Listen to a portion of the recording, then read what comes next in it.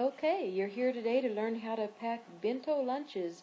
These are the kind of lunches that Japanese, your manga characters, your anime characters use, and you're going to learn how to do it today. Choosing a bento box. Now, we're used to carrying several small containers in our lunch boxes, but the Japanese bento box usually has just one container. And the cool thing about it is, if you fill it just right according to traditional Japanese bento guidelines, it should have in it exactly or approximately the number of calories that the box contains in milliliters. So if you have a special type of diet, you will be sure you're eating just exactly the right amount that you need. This only works if you fill it the way you're supposed to and you don't add desserts or things that shouldn't be in there, and you need to fill the box completely. Girls aged 9 to 11 should eat a 600 milliliter bento, which would provide them about 600 calories. Girls who are aged 12 to 17 should use 700 milliliter bentos. And if you're taller or shorter than average for your age, you should add or subtract 100 milliliters to that. If you're someone who doesn't exercise much, or if you're heavily involved in sports, then you should add or subtract 100 milliliters also. So that should give you a pretty good idea of how many calories you should be having in your lunch every day. And the bento can help you have exactly what you need. Okay, what should go into your bento box? Half of the space should be rice. Then when you look at your bento box, 1/3 of the remaining space should be filled with protein, and vegetables and fruits should fill up the rest. Now, if you had just cooked your rice, it should be hot, and you'd need to let it cool first. But when it's cooled, you can scrape it to one side or leave it on the bottom of the box if you like the look of that, and beginning adding your other foods. First, you would put in anything that's hard because you have to kind of work around those things. And then you fill in around them with softer foods. When you're finished, your box should be completely full. So if you put the lid on and shake it, nothing should move around in there, kind of like when you're packaging breakable things to send in the mail. This will keep everything exactly where it should be so that it looks nice when you open it up for lunch. So you might want to keep in mind some things that could be used as fillers for the little tiny spaces. Some things that work well are raisins, nuts, or other seeds. Okay, starting out then, rice. Half of your bento should be rice if you're using plain rice. If your rice has meat or eggs or vegetables cooked in it, then it may end up taking up to 2/3 of the bento space, and you would use less for those other items that are already included in it. If your rice is hot, you start by spreading it in the bottom of your bento box to cool while you're getting your other things ready, because if you put the lid on your bento while your rice is hot, it will make condensation and your rice will not taste as good. It messes with the texture and taste. If you want to prepare your rice in advance, though, and not have to cook it every morning, you can cook quite a large amount ahead of time and freeze it. Then if you microwave it in the morning before you put it into your bento, that actually helps to restore the texture, and it tastes pretty good that way. Now, some of you might not like rice at all, so you do have some other options, things that you could substitute. But you can also make rice work better for yourself by adding seasonings to it, such as furikake, it's basically just Japanese rice seasoning. That's what it means. You can sprinkle it on. It looks decorative and adds some flavor. Or you can use flavored vinegars. Special sushi vinegars work well. And you can shape the rice into onigiri around different fillings, which will give it some variety of flavor. Okay, you can leave your rice spread out on the bottom of the bento box. That's what they've done in this Eiffel Tower bento. They've just left it there to make a nice background. Or you can use molds or your hands to form the rice into interesting shapes. And rice balls are called onigiri. In the lower picture, those cute little pink pigs are onigiri. They're formed into rice balls. And in both of these bentos, the rice has been colored with food coloring. So you might not even recognize that it was rice at first. The rice in this bento has been molded into triangles. This is a nice, simple bento box. But they decorated it a little by using stencils so that when they sprinkled the furikake on, it was shaped into a little flower and a butterfly shape on the onigiri. It made it look kind of cool. Okay, this is sort of an American style bento actually. You may want to think about how to use dividers for your food. If you don't like your food, touching, you can use dividers. She used celery, cut it into little pieces, and stood it up on end to make a food divider, which is kind of cute. And notice she hasn't really used rice in this. She used crackers instead, and I'm not sure what's in the salad, though. That's probably another kind of starch.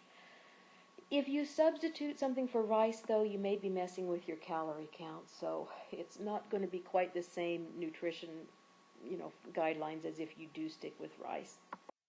The same woman made this bento, and you can see it's not traditional at all. She used a sandwich, which works as long as you follow the same basic ratios, and the bread would count for the rice in this one. She made this one for a friend that was grumpy, so it was the grumpy face one for lunch that day. Okay, once you have your rice taken care of, you need to think about your protein.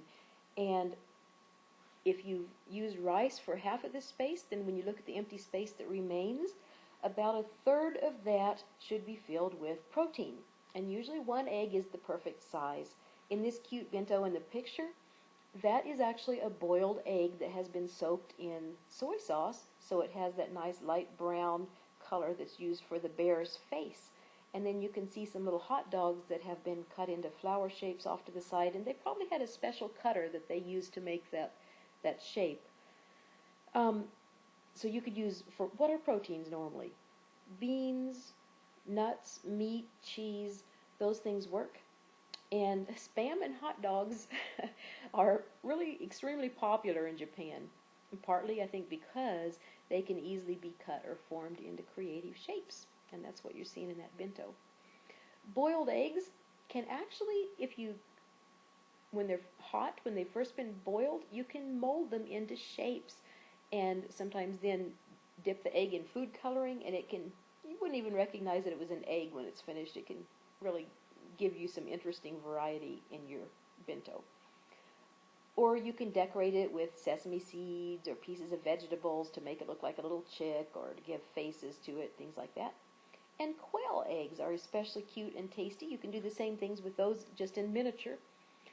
And you also can use eggs to make tomagayaki, which means a Japanese layered omelet that's really pretty simple to make, and that might be a fun thing to try.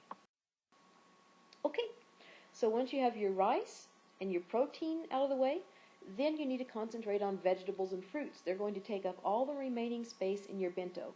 So if you look at this bento, you can see half is where the rice line goes, and then that again is a boiled egg. That's one called a marbled tea egg. It's been cooked in some braising sauce that's mostly soy, and you can see it's been made into a face by adding a little bit of red pepper to its mouth and some sesame seeds for its eyes. Almost a creepy little face, but kind of cute. And your vegetables, too, can be cut or formed into interesting shapes to add some variety, so you just feel more like eating your lunch than if it's just boring. For example, you could take mashed potatoes and form them into balls. In this picture, there's cucumbers, and you could do this with cooked carrots, too. You can actually get little vegetable cutters that can be used to cut those into cute shapes, and that's what's going on with the cucumbers there. And also, you need to, in order to follow traditional bento guidelines, you need to choose your fruits and vegetables and your rice and protein for a pleasing color balance. You should have different colors that make your lunch look more interesting. So the red pepper does that partly in this bento.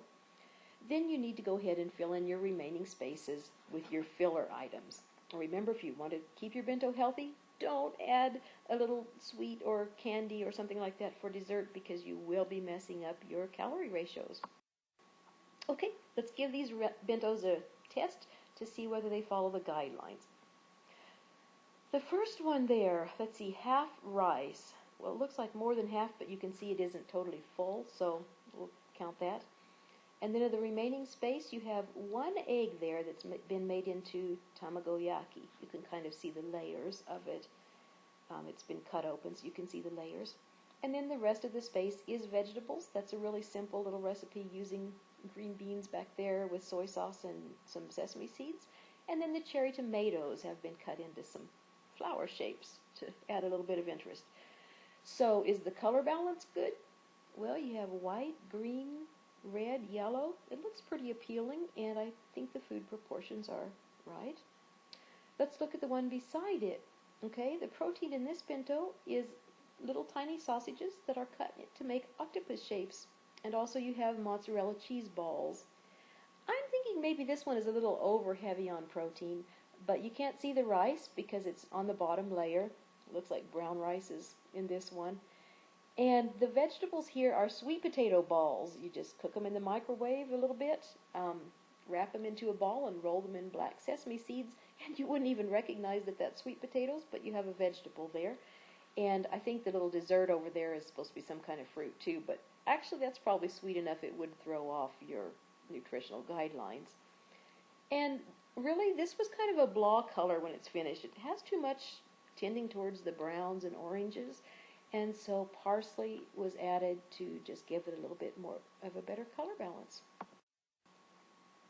Okay, now charaben is a bento form you might hear about, and this was specially created for small children. It's called charaben because the food is made into characters. It has little faces on it. Sometimes the features of the face are cut out of nori. Sort of like if you ever have scrapbooked, you can have paper punches that will punch out shapes. Well, you can do those with nori sheets too, and you can get happy and sad, smiling faces, eyes, and things like that. You can punch out or just cut with scissors. Or you could add bits of vegetables or sesame seeds to make the face. Now, remember, the word bento basically just means a box. So any type of leftovers that you carry to school in a box lunch would technically be bento. Wouldn't have to follow all of these guidelines, but this is just what traditional bento is. Just the way, too, that you may know perfectly well what makes a good nutritional balance for you in America. If you're familiar with the new food pyramid, you still may not always follow it when you pack your lunch. Well, people who pack bento lunches don't always follow the guidelines either. It's best if you can, but people don't always. And some people that have taken up bento as a hobby have gotten almost addicted to it. It's so fun to look online at all the different web pages where people are showing off their bento, and usually they're pretty extreme. They're things that I can't imagine taking the time to fix before you went to school every day, but they're terribly fun to look at. So I included a few here for us to take a look at. This one is a Calvin and Hobbes one, and see the little stripes are made from nori. They're just cut into pieces, and his facial features are made from nori also. And then he has some broccoli around him and some carrots that are cut into stars.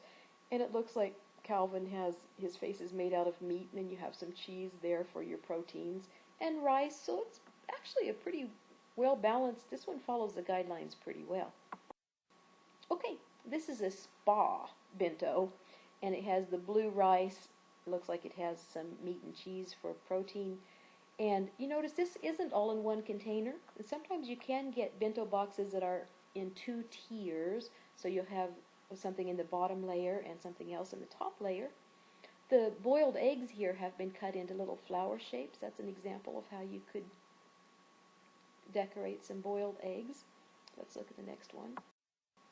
Okay, I thought this was fun. This is called a scary bento, and somebody did it for Halloween. So you have the eyeballs over there, the fingers made out of hot dogs, and then you have the nori cut into a skull shape on the side. Personally, I would say this one is awfully lacking in fruits and vegetables. Probably wouldn't quite come up to the guidelines on that, but it has a pretty decent color balance going. Not too sure I'd want to eat it, though. Okay, let's get started. I have some simple recipes for you, and we're ready to head out.